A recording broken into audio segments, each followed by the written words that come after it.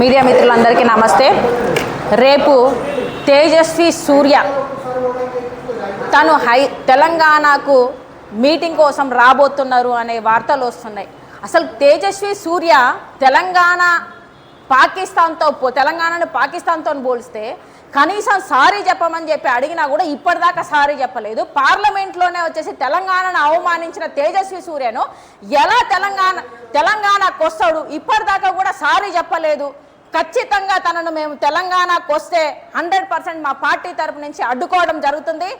మేము ఒకటే చెప్తున్నాం, ఈ బీజేపీ నాయకులకు, బీజేపీ ఎంపీలు ఎవరైతున్నారో మీరు ఆయనతోనే క్షమాపణ చెప్పించాలి. మీరే చెప్తున్నారు కదా కొన్ని వార్తలలో ఆయన ఆ విధంగా అనలేదంటే ఆ విధంగా ఆయన అనలేదు అని చెప్పేసి ఆయననే ఎక్స్ప్లెనేషన్ ఇవ్వమని చెప్పండి, ఏ విధంగా అన్నాడని చెప్పేసి.